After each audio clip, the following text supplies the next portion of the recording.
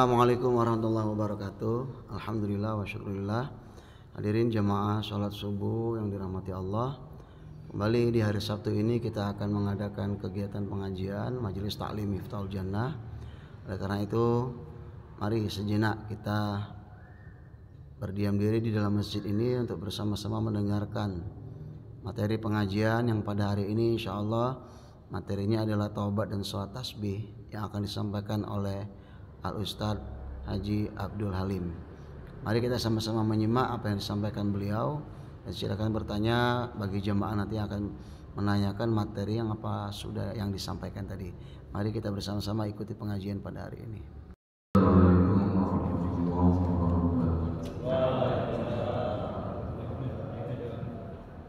Bismillahirrahmanirrahim.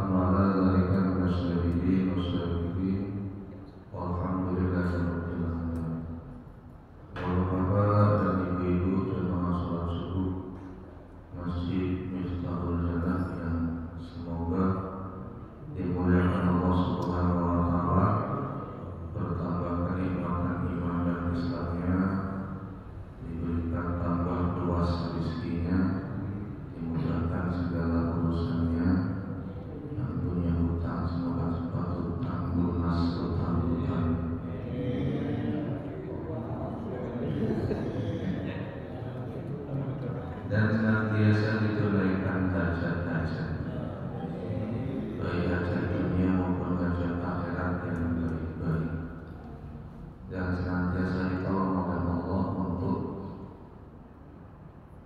berkorban sedikit daripada harta diri dan waktu kita untuk agama Allah Subhanahu wa Ta'ala, sehingga bertambah kemuliaan kita di sisi Allah dunia maupun akhirat.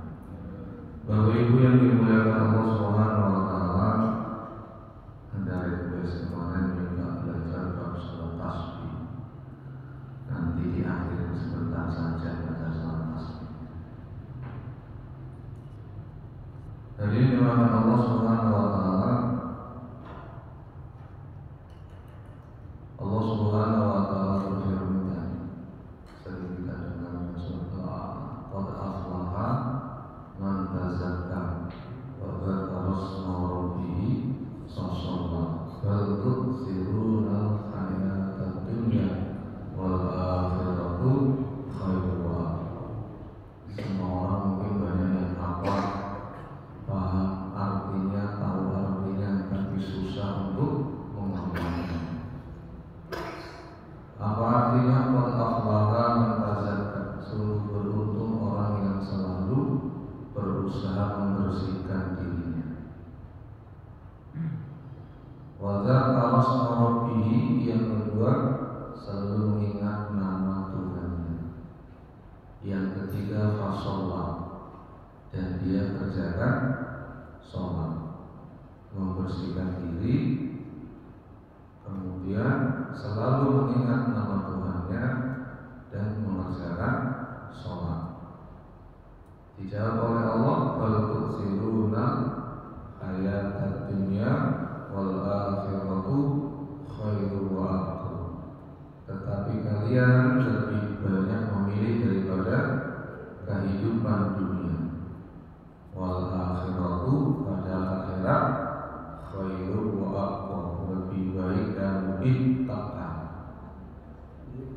Jadi Allah Ta'ala sering kita berdoa, Allahumma inni as'aluka ilman nafi'an wa rizqan wasi'an wa amalan mutaqabbal. Ini jalan untuk membersihkan diri kita dari hal-hal yang tidak disukai oleh Allah Subhanahu wa Ta'ala. Apa jalan itu? Yang pertama, doa yang diajarkan oleh Nabi. Allahumma inni as'aluka ilman nafi'an. Ya Allah, berikanlah kepada kami ilmu yang bermanfaat. Apa ilmu manfaat itu? Setiap ilmu yang menambah yakin kita kepada Allah, semakin cinta dengan Allah dan kehidupan akhirat, semakin yakin dengan janji Allah baik dunia maupun akhirat, sehingga setiap ilmu pengetahuan yang kita tahu Pak, mudah untuk kita amalkan. Itu namanya ilmu manfaat. Bisa ngaji Quran, maka dia semakin cinta dengan Quran sehingga mudah untuk membaca Al-Quran. Bisa dia zikir subhanallah, semakin cinta dengan tasbih. Bisa alhamdulillah, semakin cinta dengan takbir. Bisa takbir, semakin cinta dengan takbir. Bisa tahlil la ilaha illallah, semakin senang ucapan kalimat la ilaha illallah. Bisa sholat, semakin senang sholat. Tahu sedekah, semakin senang sedekah. Jadi ilmu yang bermanfaat itu ilmu yang kita dapat dan dimudahkan oleh Allah untuk mengamalkan setiap ilmu yang kita dapat. Ini jalan untuk membersihkan diri. Qad aflaha man tazakka. Sungguh beruntunglah orang yang berusaha membersihkan dirinya. Kita ingin rumah kita bersih, karena rumah yang kotor itu tidak nyaman. Kita ingin badan kita bersih, karena badan yang kotor itu tidak nyaman. Kita ingin baju kita bersih, karena baju yang kotor itu tidak nyaman. Kita ingin kendaraan kita bersih, karena naik kendaraan kotor pun tidak nyaman.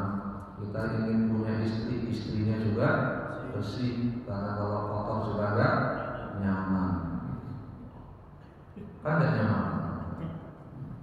Istrinya kotor, baunya enggak enak. Walaupun istrinya banyak, tetap enggak nyaman.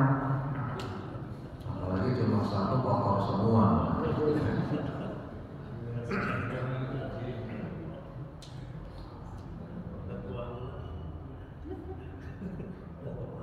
Jadi itu, kita ingin selalu apa-apa yang kelihatan itu ingin bersih.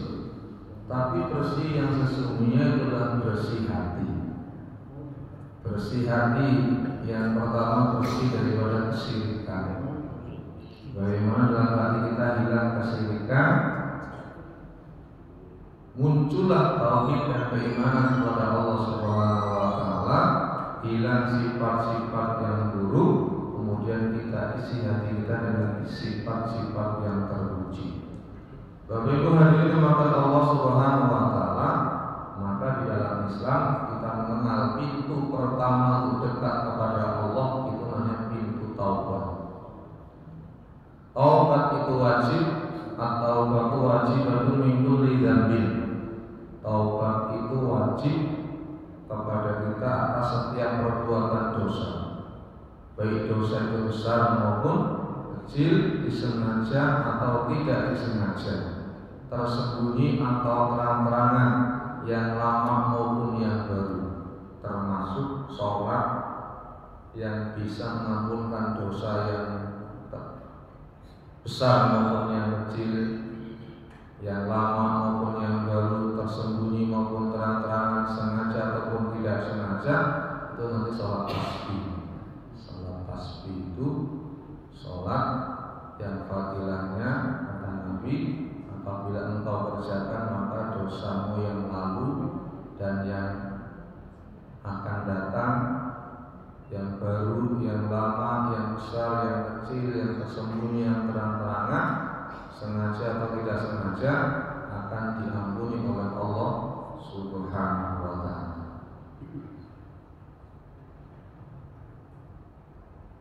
Dari Allah, maka diampuni, jalan pertama itu adalah taubat. Taubat kepada Allah Subhanahu wa taala dari setiap perbuatan dosa. Karena tidak pernah berlalu dalam hidup kita setiap terbit matahari dan tenggelamnya, pasti di dalam hari dan tenggelamnya matahari itu pasti kita berbuat dosa. Itu pasti, tidak mungkin tidak. Ada yang pernah kita lewat satu hari tidak berbuat dosa? Coba langsung tangan, saya ingin lihat. Bisa tidak kita sehari tidak berbuat dosa? Mulut kita, mata kita, telinga kita, tangan kita, kaki kita, pikiran kita, hati kita. Enggak mungkin terlalu satu hari atau melewati satu malam tanpa berbuat dosa. Hal yang mustahil. Kenapa?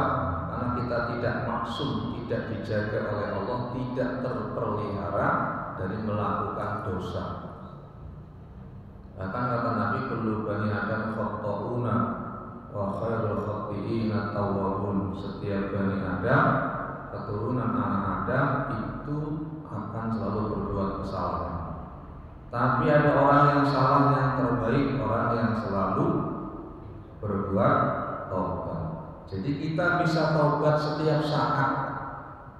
Kalau untuk melalui waktu-waktu tidak berbuat dosa nggak mungkin. Tapi Allah kasih jalan agar dosa kita nggak bertambah banyak, nggak bertumpuk. Maka jalannya adalah taubat. Taubat daripada perbuatan maksiat. Sehingga dosa itu kalau sudah ditaubati maka dihapus dosanya. Bumi yang kita melakukan dosa maka akan dilupakan oleh Allah. Setiap apa yang melihat, menyaksikan itu akan dibuat lupa oleh Allah nanti pada hari kiamat. Sehingga tidak ada lagi bukti dan saksi atas perbuatan dosa yang telah dihapus dosanya oleh Allah Subhanahu wa taala. Maka taubat itu harus kita kerjakan setiap kita melakukan perbuatan. Makanya kita habis sholat saja suruh istighfar ya. Habis sholat suruh baru saja kita ibadah. Astagfirullahaladzim. Kenapa? Jangan-jangan sholat kita juga belum tertib, belum sesuai dengan yang diperintah, yang dicontohkan oleh baginda Nabi Muhammad Sallallahu Alaihi Wasallam. Baru sholat suruh istighfar, apalagi habis main HP. Jadi kalau bapak habis main HP itu walaupun nggak pakai duit itu, ya kita istighfar dulu. Astagfirullahaladzim. Tangan yang diberikan oleh Allah buat buka kainnya sama cekti. Kenapa nggak buat buka Al-Quran? Pantat yang dibuat diciptakan oleh Allah duduk di tempat yang lalai. Kenapa nggak duduk di depan majelis ilmu? Jalannya kaki kita kenapa dibawa ke tempat yang lalai? Kenapa nggak dibawa ke tempat majelis zikir? Jadi bapak-bapak kalau harus main HP itu istighfar dulu. Astagfirullah. Ada nggak habis main HP istighfar?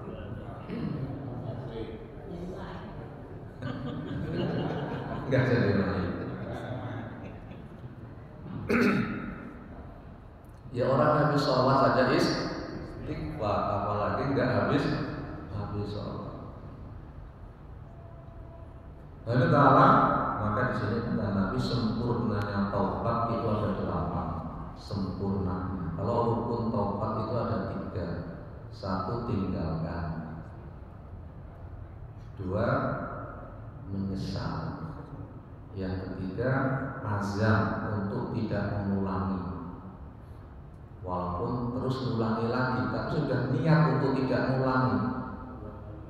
Mengulangi lagi itu dosa lagi, tapi dosa yang tadi dilakukan sudah dihapus. Jadi kayak orang nulis kemudian dihapus, dia nulis lagi. Tapi kalau nggak ditaubati, tulisan itu yang pertama ada, yang kedua ada, yang ketiga ada.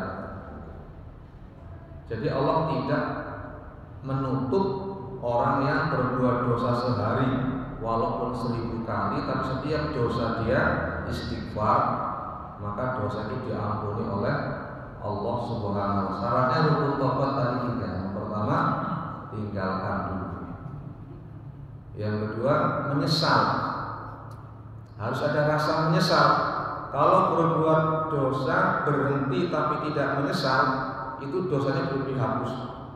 Umpama dulu suka main judi, tapi tidak pernah menyesal. Walaupun sudah tidak judi, dosanya judi itu belum dianggap tobat. Baru meninggalkan belum menyesal. Jadi harus nyesal. Ya Allah, kenapa dulu saya berbuat main judi? Ya Allah, nyesel kenapa ya Allah? Uang yang kau berikan saya gunakan di meja judi. Ada perasaan nyesel. Kadang-kadang kita akan sudah berhenti tapi bangga. Dulu kalau saya main judi 1 malam, 2 malam, 3 malam, bisa 7 malam, cerita bangga, nggak ada rasa menyesal. Walaupun sudah nggak judi, itu dosa judi belum dihapus karena rukunnya taubat belum dapat. 1, tinggalkan, 2, nyesel. Yang ketiga, janji tidak mengulangi. Saya berjanji nggak akan mengulangi dalam hati. Niat yang kuat untuk tidak mengulangi lagi. Minggu depan masuk kamar judi lagi. Maka dosa yang judi kemarin dihapus, main judi lagi, dosa baru. Ini bukan berarti saya ngajak suruh main taubat, bukan. Karena orang berumum ini nggak ada azam untuk maksiat. Rencananya untuk taat, tapi tergelincir. Seperti kita, rencananya kita tuh jaga pandangan mata, nggak ingin melihat hal-hal yang dilarang. Tapi kan mata kita kadang-kadang spontan aja. Lagi naik motor, jalan-jalan santai, ada ibu-ibu senang. Ya namanya ibu-ibu senang, ekspresinya beda-beda, pakaiannya juga beda. Jadi dilihat atau nggak dilihat tetap kelihatan gitu Pak. Ngelihat ya kelihatan, ya nggak dilihat tetap kelihatan. Karena apa? Pakai kacamata hitam, sosok nggak ngelihat tapi kelihatan.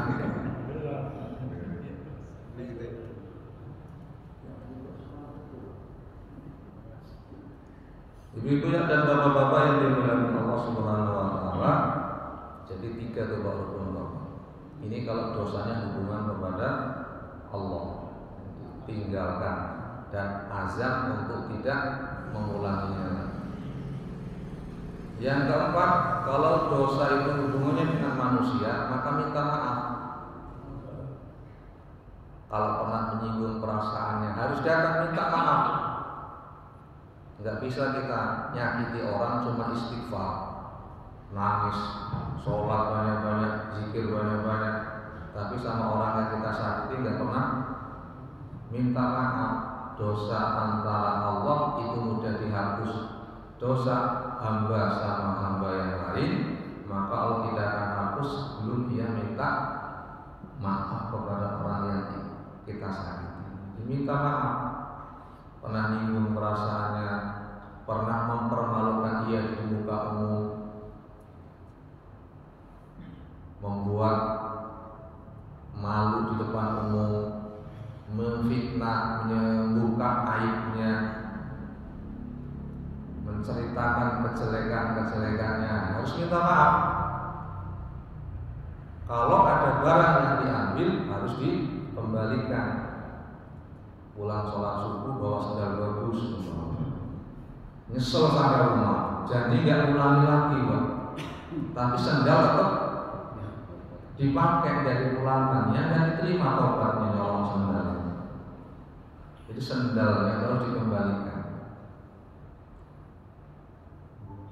Bapak Ibu hadirin yang dimuliakan Allah Subhanahu wa Ta'ala, itu rukun taubat kalau dosanya berhubungan dengan manusia. Kalau dosanya meninggalkan kewajiban-kewajiban, maka kewajiban itu harus ditunaikan, dibayar.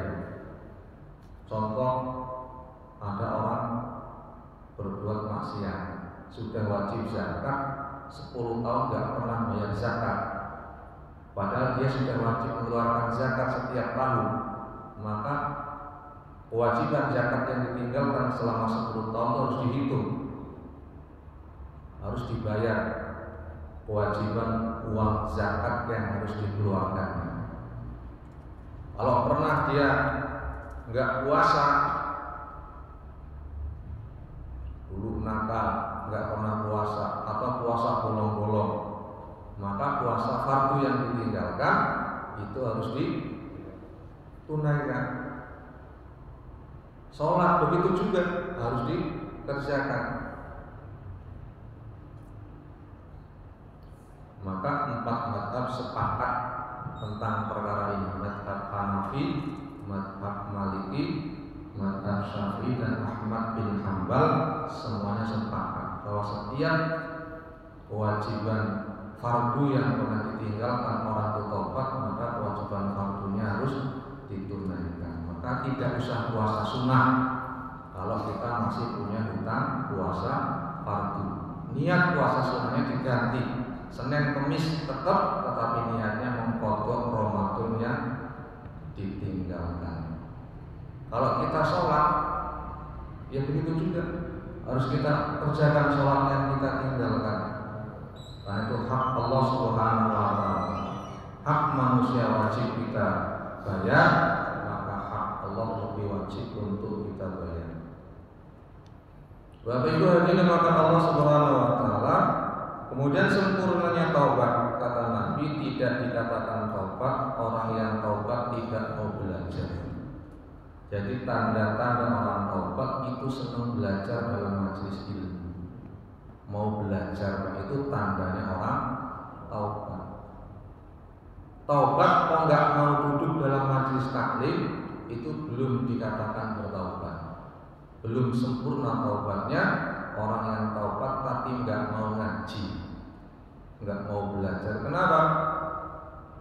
Karena setiap amal itu perlu ilmu. Ilmu itu belum diamalkan sudah jadi amal, tapi amal tidak dihitung amal kalau tidak disertai dengan ilmu. Contoh baca Al-Quran. Membaca Al-Quran itu perlu ilmu, karena baca Al-Quran itu amalan. Maka membaca Al-Quran akan dianggap sebagai tilawah Quran yang berpahala kalau membaca Al-Qurannya dengan disertai ilmu, namanya ilmu tajwid. Maka setiap kita kalau mau baca Al-Quran harus belajar ilmu tajwid. Loh, gimana saya baca Fatihahnya dengan tajwid? Harus dihadapkan kepada seorang guru yang bisa ngajari benar makhrajnya, bagaimana panjang pendeknya, bagaimana idhar dan idgham. Kita sholat ya datang kepada guru. Sholat saya sudah benar apa belum? Rukuknya, sujudnya, duduk antara dua sujud, bacaan tahiyatnya, takbirnya, salamnya, sudah benar apa belum? Jangan-jangan saya sholat tapi sholatnya tanpa ilmu. Kalau saya ngaji, jangan-jangan ngaji saya tanpa ilmu. Jadi orang taubat itu tandanya dia senang belajar. Perkara pisahnya itu hak Allah untuk memberi visa. Tapi kalau kita sudah belajar, itu kalau nggak bisa-bisa Pak diampuni salahnya. Itu aja. Apalagi belajarnya sudah tua-tua, jangan putus asa. Baca Yasin belum bisa, ngaji Pak, ngaji. Belajar makhraj yang benar, panjang pendek yang benar. Niatnya mau jadi hafid Al-Quran, walaupun ngajinya mulai dari Iqra 1. Pak ngaji apa cita-citanya? Hafal Al-Quran. Sudah sampai mana? Iqra 1 sampai huruf ba, a, ba, baru hafal 2 huruf saya. Belajar, nggak boleh nggak belajar. Agama itu diamalkan harus dengan ilmu. Wudu belajar syarat rukunnya wudu, puasa belajar syarat rukun dan membatalkan puasa. Sehingga kalau kita ibadah dengan ilmu maka akan terhindar daripada kesalahan-kesalahan. Karena banyak orang sholat tidak dianggap sholat, banyak orang baca Al-Quran tidak dianggap baca Al-Quran, banyak orang haji tidak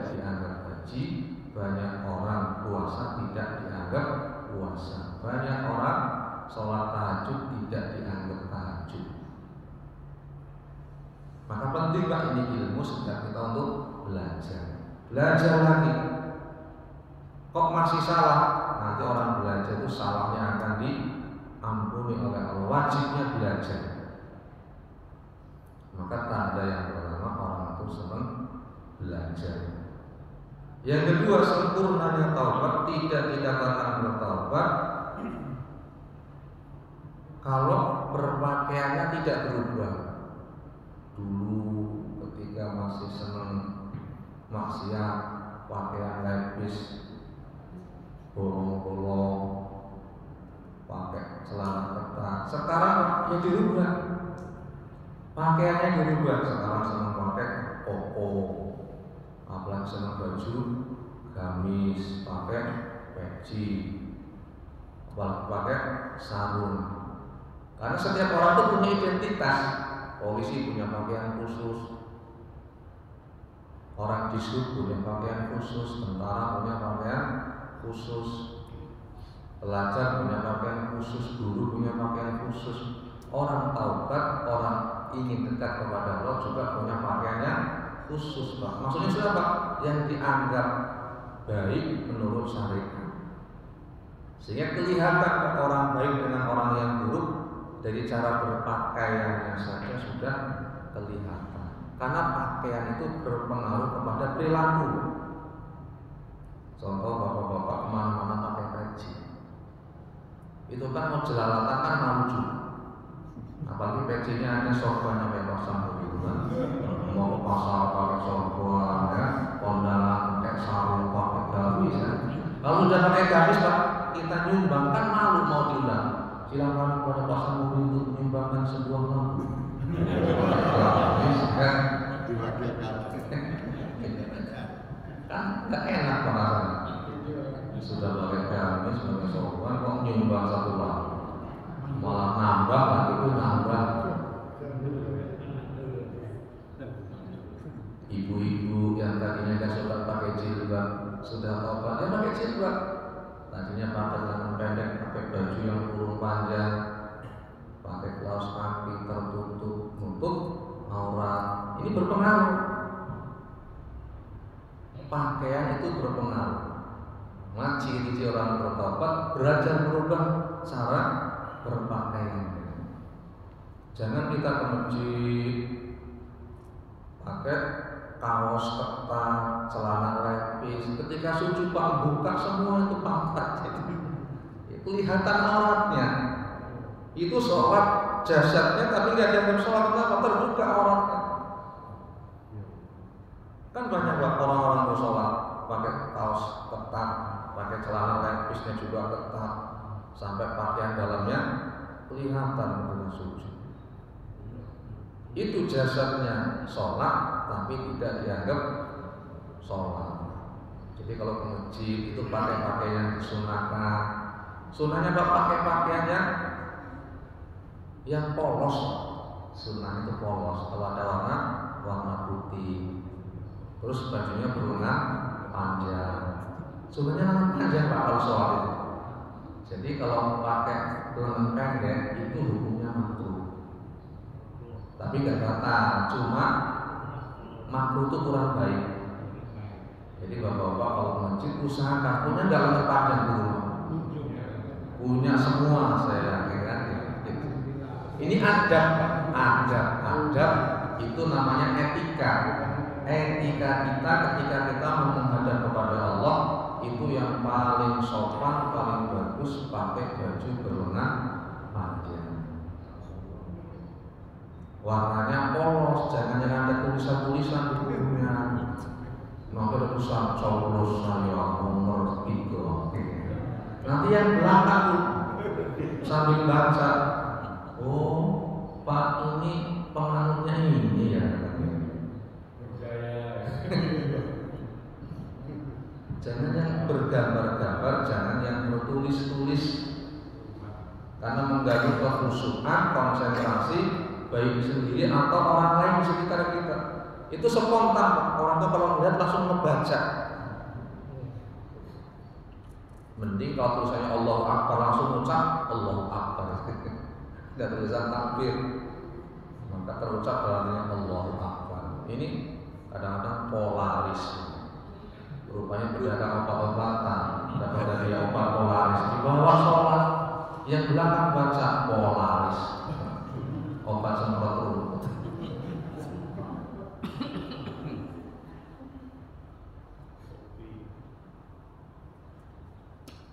Terus sunnahnya pakai celana, pakai sarung. Itu sunnah tuh, pakai sarwal, sarawil. Kalau pakai sarawil, kalau orang Jawa serual, serual itu bahasa Arab.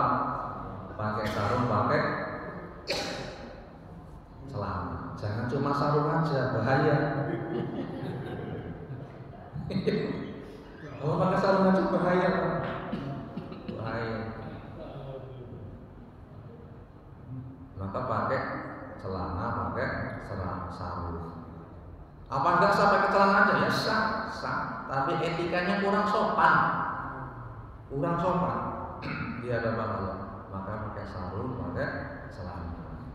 Kalau di Bangladesh, bangsa Bangladesh itu sopir bus, sopir becak semua pakai sarung. Jadi sana sarung sudah jadi budaya hari-hari. Sarung. Bahkan tukang bangunan sama keneknya saja pakai sarung. Jadi ngaduk tuh sarungan. Ngasang bata itu Pak Media pakai sarung. Jadi sarung itu kalau Bangladesh itu sudah jadi budaya. Cuma sarung yang terbagus memang sarung Indonesia. Sama kalau pergi ke luar negeri, orang Indonesia pakai sarung dipuji. Sarung jangan yang gajah duduk yang naik gitu. Kalau gajah duduk terlalu berat.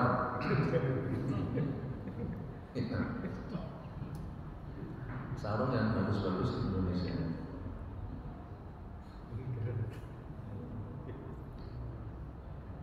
Jadi pakai sarung, pakai celana, kemudian pakai baju berlengan panjang yang warnanya polos.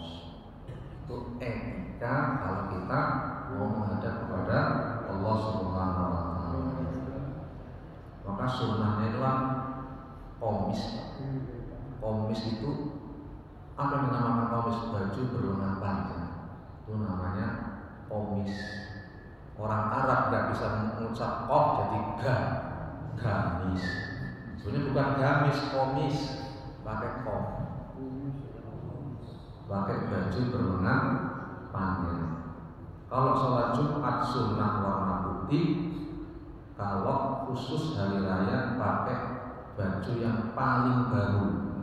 Mana baju yang paling baru dibeli itu yang disunahkan. Pakai baju berlengan panjang. Itu etika. Kecuali kalau sholat istisqa pakai baju yang paling jelek. Alhamdulillah sudah hujan jadi enggak sholat istisqa. Sini udah sholat istisqa. Saya di WA sama jamaah. Ustaz usul sholat istisqa. Saya masih banyak air, jadi saya doa nanti nggak sungguh-sungguh, nggak nangis. Iya, alhamdulillah kemarin sudah diguyur. Kalau sholat istisqa itu yang bagus di tanah lapang, jangan di masjid. Terus bawa ayam, bawa embek, bawa sapi. Biar suasananya riuh gitu, bawa embek, yang punya burung dara panjang. Itu kenapa semua binatang itu berzikir? Zikirnya binatang itu lebih mustajab terhadap ketimbang zikirnya manusia. Manusia zikir kadang-kadang lalai, kalau binatang zikir beneran. Makanya kalau sholat istisqa itu semuanya di tempat yang lapang, pakai pakaian yang lusuh. Jangan imamnya nyetil pakai pakaian yang baru-baru ya. Doanya ini memelas malah pakai pakaian yang nyetil.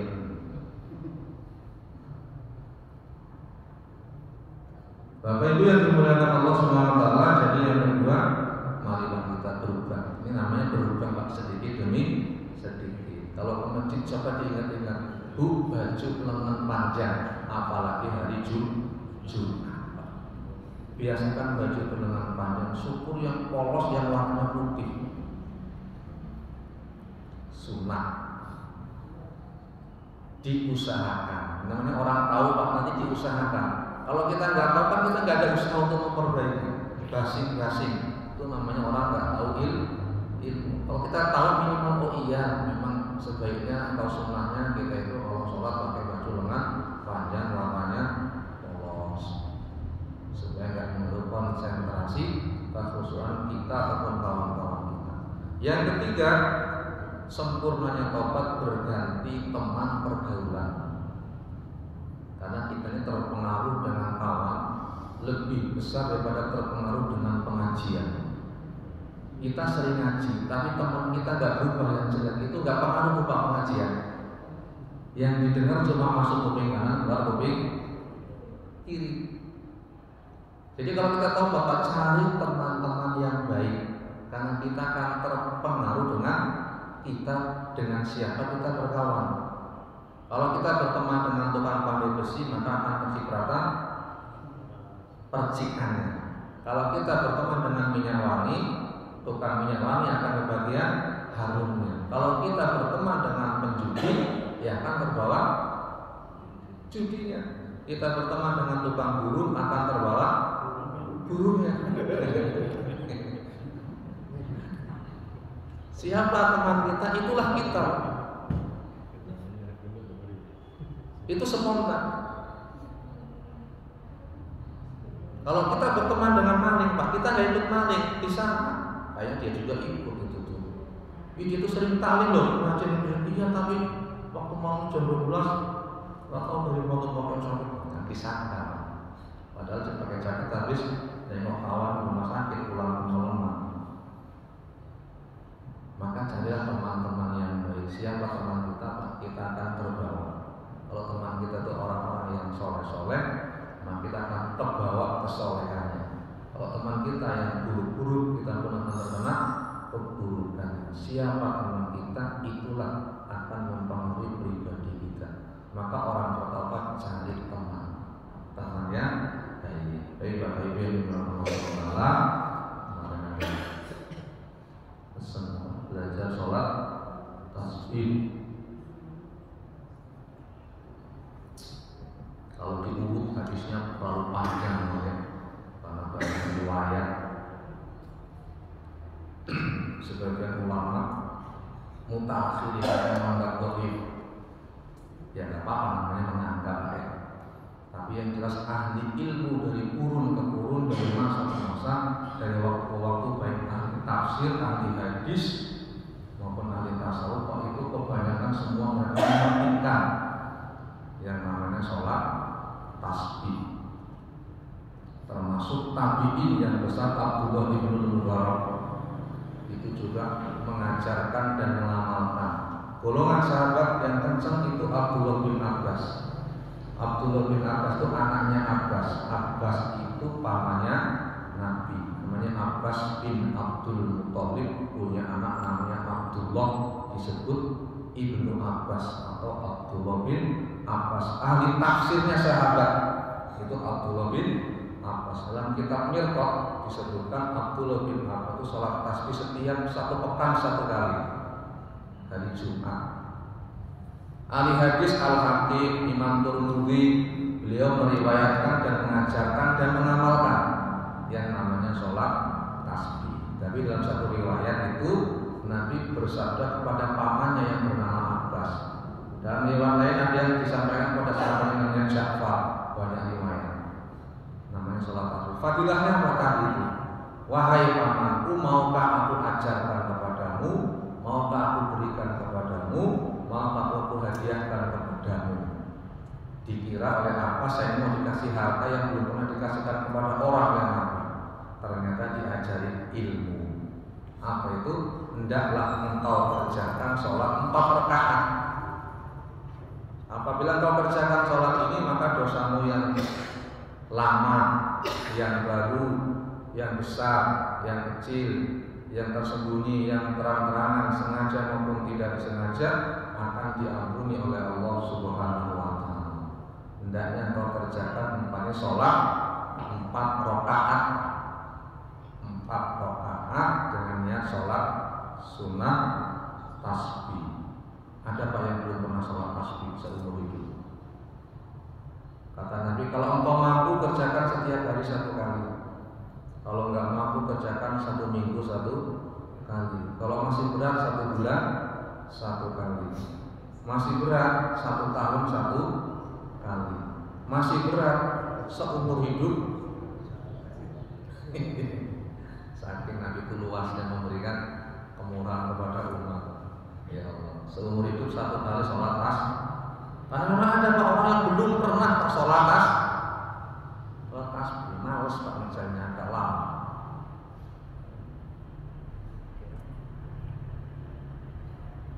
Sholat tasbih itu termasuk sholat yang tidak disunahkan berjamaah.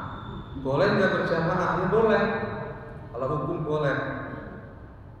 Karena untuk ngajari umat. Karena umat itu biasanya kalau nggak diajak bersama-sama kadang-kadang nggak mau mengerjakan, terus bingung cara mengerjakan. Maka di beberapa tempat itu biar diajak bareng-bareng, suruh ngikuti. Namanya sholat tasbih. Jadi banyak ahli hadis termasuk Imam Tirmidzi, Imam Al-Hakim, golongan tabi'in Abdullah ibn Mubarak. Abdullah ibn Mubarak itu gurunya Imam Bukhari.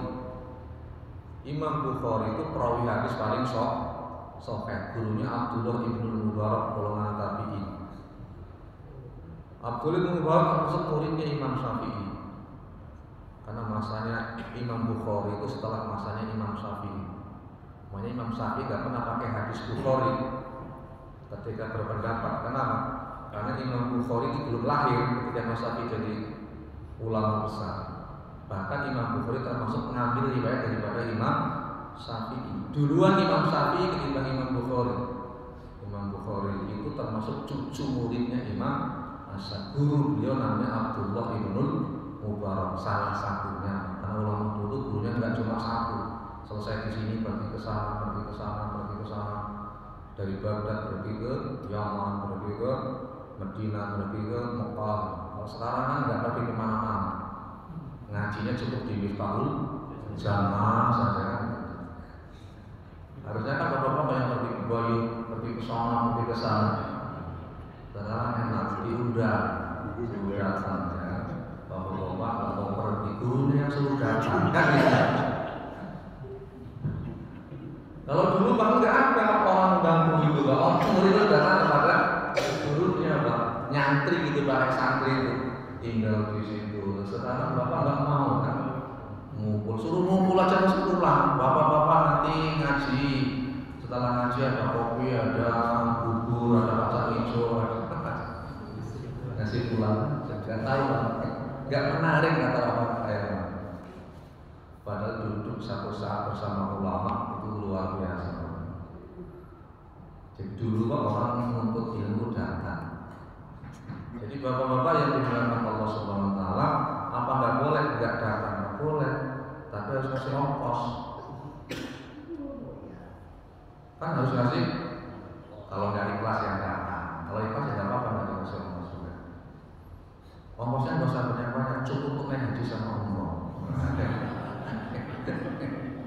Harusnya gitu, Pak. Udah, kalau kami ajari setiap hari 1 pagi, nanti nggak kasih apa-apa, nanti umroh gratis, alhamdulillah. Jadi Ustaz yang tahu jalan dapat ongkosnya umroh gratis, pulang dikasih mobil lagi.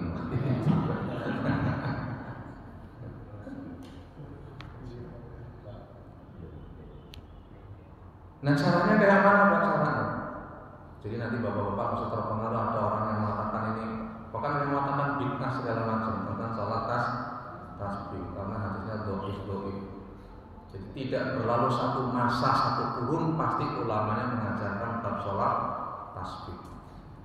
Jadi bapak-bapak nggak usah terpengaruh. Ini terserah orang banyak berpendapat. Yang jelas ahli hadis banyak yang melewatkan, banyak yang mengamalkan, bahkan sahabat. Cukuplah Abdullah bin Abbas itu sebagai ahli tafsirnya sahabat, beliau itu mengerjakan salat tasbih setiap Jumat. Jadi kalau dikerjakan malam hari, dikerjakan 4 rakaat 2 salam, 2 rakaat tahiyat, kemudian salam. Kalau dikerjakan siang hari, maka dikerjakan 4 rakaat 1 satu salam. Boleh kapan saja kecuali di waktu yang makruh. Cuma kalau siang sebaiknya setelah salat zuhur. Walaupun boleh juga dikerjakan sebelum zuhur. Sebaiknya kalau ulama itu kalau siang banyak yang mengerjakan antara zuhur sama asar. Cuma jangan dikerjakan setelah pada asar. Nggak boleh di waktu-waktu yang makruh, pada subuh, pada asar, ketika matahari pas di atas kepala, ketika sudah hampir masuk tenggelamnya matahari, itu waktu-waktu makruh. Jangan dikerjakan sholat tasbih di waktu-waktu itu.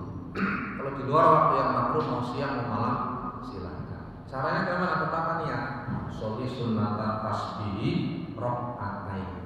Kalau 2 rakaat 1 salam. Kalau 4 rakaat, sholli sunnatan tasbih arba'a raka'atin mustaqbilal qiblati ada lillahi ta'ala. Saya niat sholat tasbih 4 rakaat menghadap kiblat lillahi ta'ala.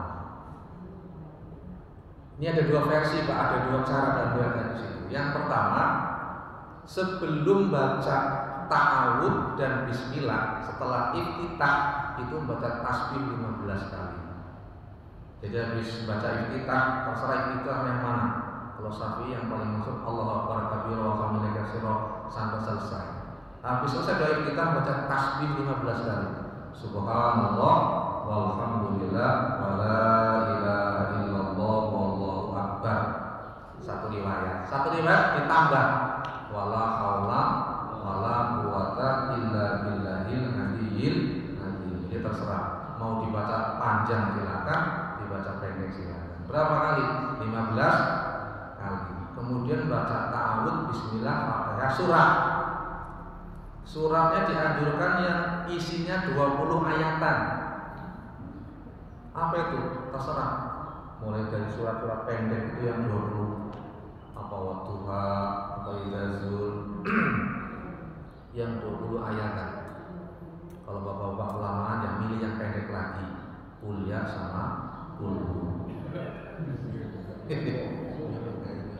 Boleh kayaknya boleh aja.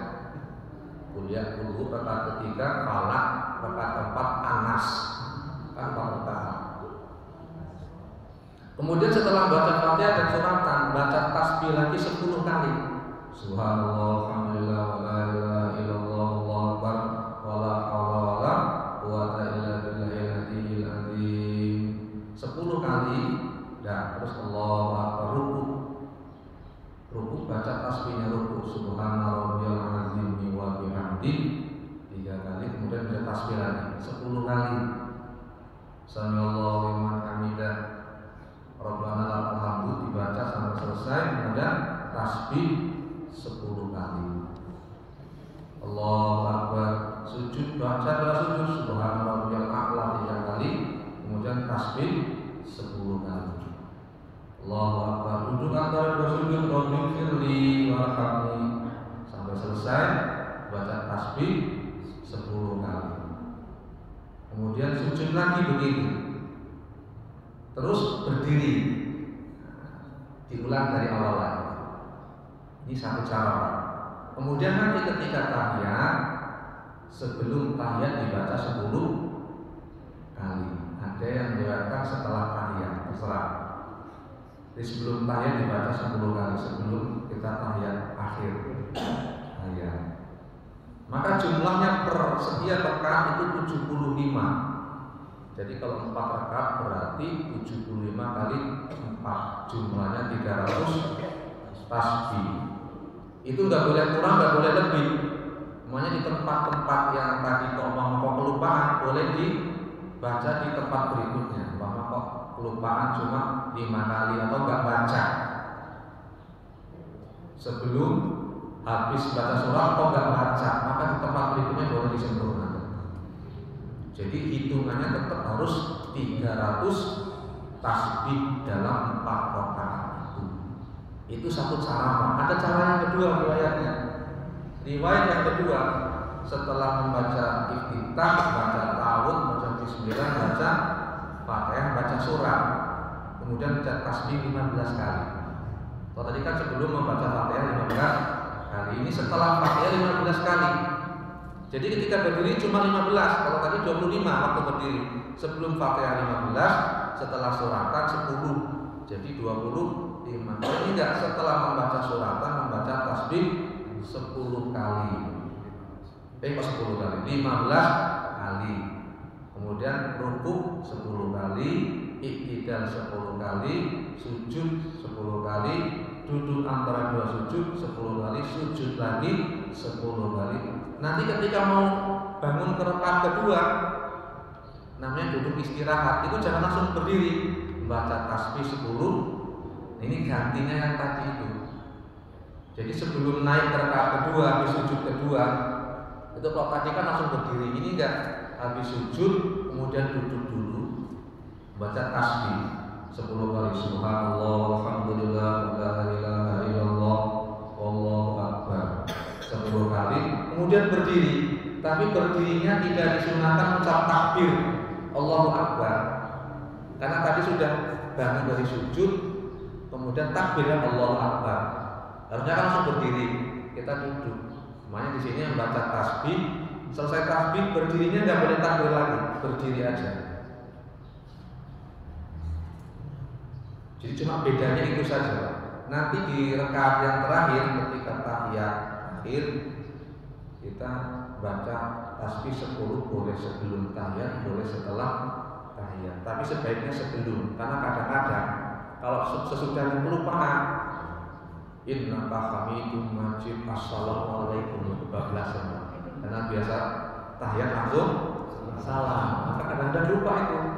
Maka sebaiknya dibaca sebelum tahiyat, baca tasbih dulu baru tahiyat. Karena kita nggak mungkin belum tahiyat salam.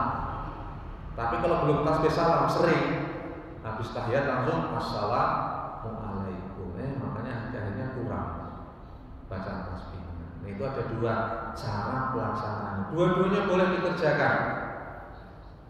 Yang satu kalau bergantian kayak mana? Sekali waktu boleh saja. Sekali waktu pakai yang sebelum Fatihah tadi 15 kali, setelah suratan 10 kali. Sekali waktu habis Fatihah 15 kali, tadi yang setelah duduk 10 kali. Paham ya? Kemudian cara menghitungnya, Pak. Cara menghitungnya jangan pakai mulut. Subhanallah 1, subhanallah 2, nggak boleh, batal dihitung pakai mulut. Boleh pakai jari-jari ditekan. Subhanallah, boleh lah, ditekuk atau ditekan aja sambil ini. Jangan sampai pakai atau pakai hitungan tasbih juga boleh. Pakai yang enak ya pakai tangan. Tangan itu kan 5. Jadi kalau tangan 5 itu 3 kali berarti 15 kali. Kalau ini kanan sama kiri berarti 10 kali ditekuk ini. Tapi jangan pakai hitungan dulu.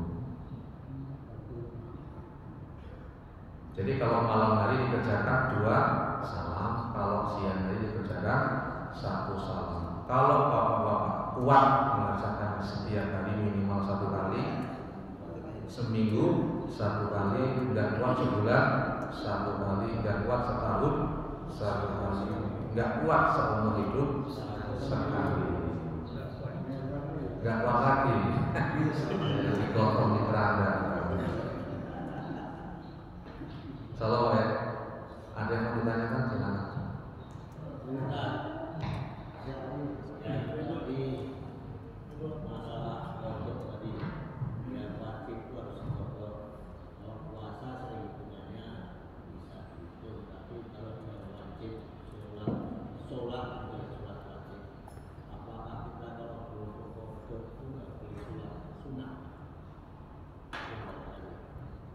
Gimana tadi Bang kalau foto? Ada wajib kalau foto. Kalau puasa tadi sebenarnya sebelum sholat itu puasa sunnah. Tapi kalau sholat itu kan ada sholat sunnah. Apakah kita kan lupa hitungannya itu kalau sholat itu ya katanya kalau foto. Apakah kita niatnya tidak perlu sholat sunnah tapi foto sholat? Kalau kita mau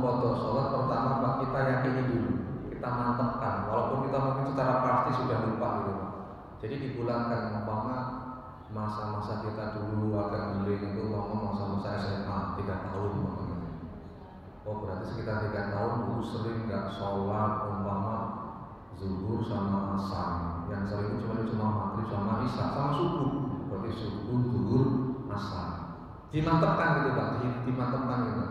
Berarti selama 3 tahun saya punya hutang pondok, dipukul rata, subuh sering kesiangan, zuhur sekolah nggak sholat, asar main juga nggak sholat, paling sholat maghrib sama isya, berarti 3 waktu. Maka dibulatkan, berarti saya punya hutang pondok 3 tahun tuh subuh, zuhur, asar.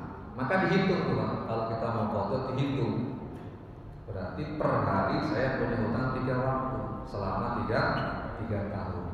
Maka kalau kita dalam fatwa ulama, dalam kitab Fathul Mu'in, itu kalau kita masih punya hutang pondok yang sudah kita yakin kita bulatkan seperti itu, kita nggak usah sholat sunnah. Kalau untuk sholat sunnah maka kita gunakan untuk sholat pondok. Karena menunda pondok sholat itu dosa baru. Kalau kita sudah yakin kita punya hutang 10 waktu sholat, kita nggak pondok malah kita sholat sunnah banyak-banyak, itu menunda pondok itu dosa baru. Karena sholat fardu yang ditinggalkan itu ada 2 macam. Satu karena uzur itu ketiduran. Yang kedua kelupaan, saking asiknya, nggak tahu asiknya apa. Saking asiknya atau saking senangnya sampai lupa nggak sholat. Nggak tahu senang lagi asiknya apa. Jadi kalau orang kelupaan sama orang ketiduran, itu kan mama terlewat jam 11 tidur, bangun-bangun jam 4. Berarti kan lewat 1 waktu subuh. Nah kalau ketiduran seperti itu pondoknya nggak wajib fauron, itu nggak wajib segera. Nantilah besoklah nggak apa-apa. Tapi kalau dikerjakan, ditinggalkan sengaja itu harus segera. Sengaja nggak sholat zuhur begini. Rata-rata kan sengaja tuh orang nggak sholat biasanya, karena memang masih belum. Maka itu harus segera dikerjakan. Kalau kita sudah bertobat, cepet-cepet dikerjakan, jangan ditunda-tunda lagi. Bahkan kalau nggak cukup, ada kesempatan sholat sunnah, daripada sholat sunnah suruh sholat pondok. Kalau memang kita sudah yakinkan dulu Pak, kita mau pondok. Walaupun mungkin secara pasti kita susah mengingat, tapi diperkirakan mantapnya berapa waktu, berapa hari, berapa minggu, berapa bulan yang kita kayaknya dulu sering tidak mengerjakan sholat. Jadi pondok itu di masa Nabi pernah terjadi sekali. Nabi itu pernah pondok sekali. Kok Nabi sampai pondok? Nabi dengan rombongan pulang jihad habis perang itu kemalaman Pak, pulang tuh di tengah jalan berhenti istirahat. Kemudian menyuruh beberapa orang untuk berjaga, berjaga. Ditugaskan untuk berjaga kalau ada musuh, terus supaya nanti waktu sholat subuh dibangunkan. Karena saking lelahnya semua, yang tidur yang memang langsung tidur, yang jaga ikut tidur, ketiduran, tidur semua jadinya.